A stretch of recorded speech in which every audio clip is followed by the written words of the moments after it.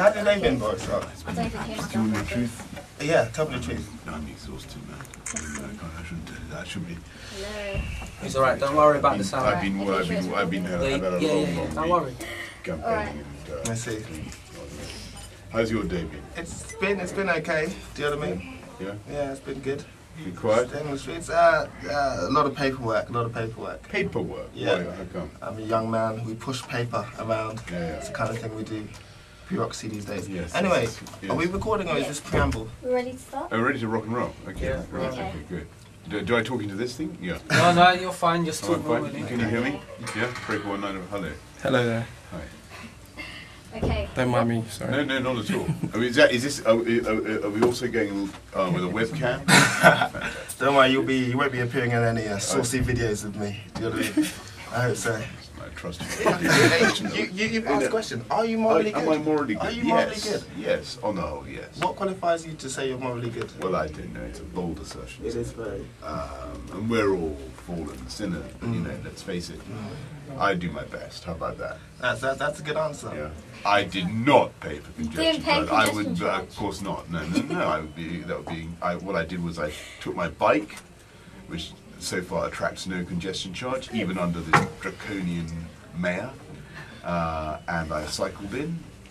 You got the digs in there, the draconian mayor. You got the digs in, but that's good. But it's politics, you know. You've got to do the punches. But Yeah, I didn't. Did you pay for congestion charge? no, we took the bus. Yeah. Took the bus. Good. But actually, about that. Sorry, Go on. how you doing, person from outside? But yeah, I noticed what you said. You know, we're just waving at her, letting the people on the outside. There's just listeners should know the person from outside has just appeared at the porthole. That would be Tim.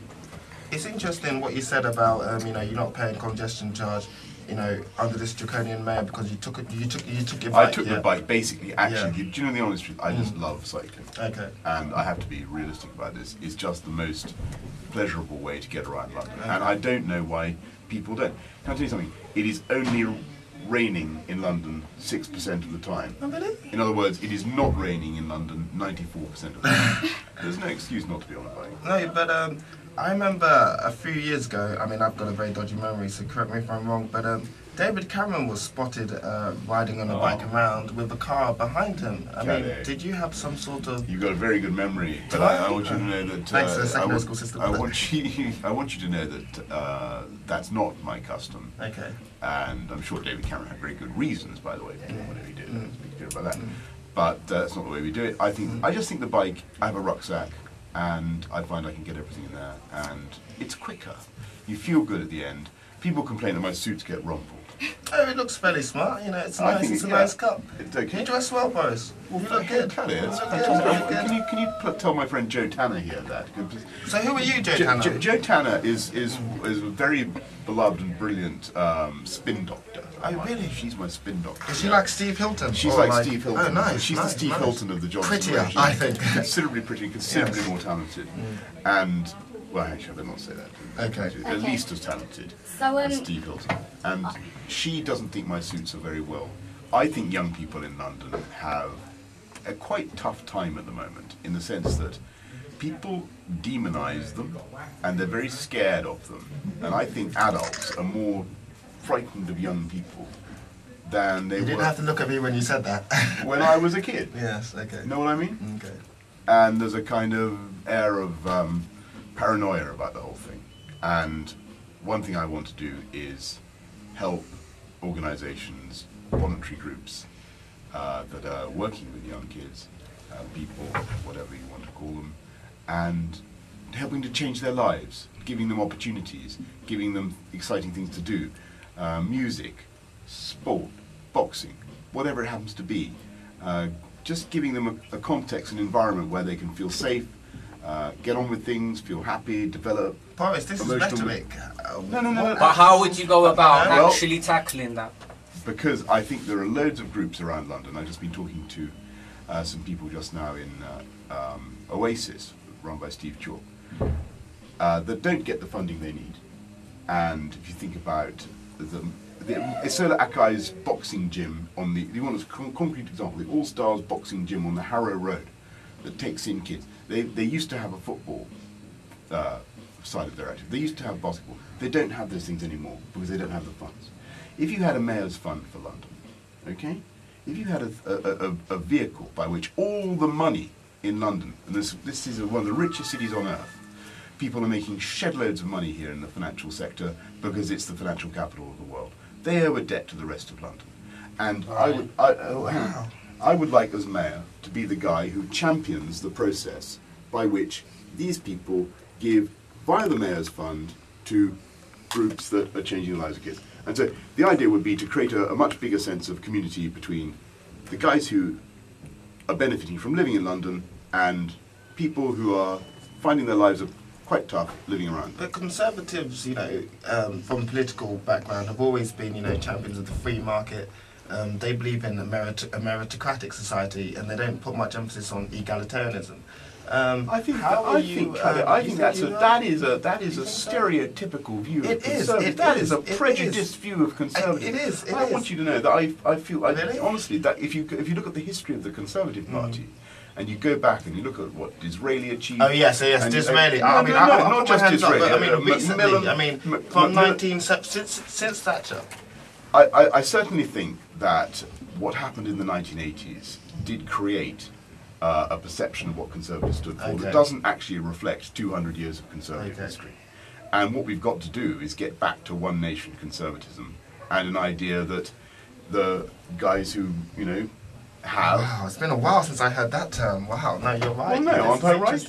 You may have a point there. I do. I think so. And I think the Conservative Party, one of the reasons the Conservative Party has been out of power for so long is because the British people haven't felt that they connect anymore with the values of the country. And they feel that the 1980s dog-eat-dog stuff is just over. You're very lucid, I must say. And do you know what I mean?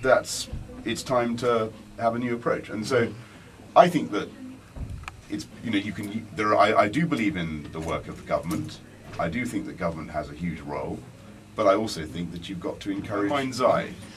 I see a London where kids under the age of, 13, 14, kids my children's age, are allowed to, by their parents across London, to cycle to the park or the adventure playground or whatever, without any apprehension on the part of the parents that something bad is going to happen to them. How about that? Okay, now Isn't that a reasonable thing? You've mentioned in the media sometimes when people ask you that question that young people need more love and care. I mean, I was at the Ministry of Sound yesterday and at the youth event. Yeah, that was a tough gig. And I saw you there as well. And that was a tough gig. You did say again that you needed... that was a tough gig. It was just a sort of... You needed that, apparently young people need more love and care and trust. How would you go about building that trust? Listen, Victoria, I've got to be honest, this is not something that one politician or one mayor or even one government can change overnight. We're looking at big things that have happened to society in the last 20 years. We're looking at the breakdown of the family, changes in family structures, increasing pressures on parents to work hard to pay for mortgages, which are going ever higher, stress, difficulties they have giving their kids enough time. It's no wonder that many kids are growing up without the love and support that they need. And I think, what I'm saying is that's the problem. I think there are solutions that you could, like the one I mentioned, like helping the voluntary sector, giving the kids places to go, things to do, and places where they have an environment that gives them, if they haven't got a family structure, they've got an environment where they have some boundaries and they have some people that are interested in them and that are going to talk to them in an adult way and help to educate. So you're saying that it needs more places like this, like Southside, places where young people can go? Because I think there are quite a lot of youth things out there at the moment for people to go to, but I just don't think it's advertised enough. There are places to go, but people don't know about it. That's absolutely right. And I think there are two things going on at the moment. I think there's a growing desire on the part of people who are fed up with the 1980s ethic. People in this country do want to give if they can. And they do want to do something to help. But, I just talked to this guy in a bank today. And which bank? It was a very rich bank. I won't say which one it was. And he said that he makes all his employees give 1 day a year to voluntary work. Well, why shouldn't every Londoner in employment do that. One day a year to voluntary work, just to give people something. It would Give give people something more back. understanding. Yeah. They would know what was going on. There'd be more sense of community between everybody in the city, and I think it would be a way of, getting resources and interest going in organisations like this one.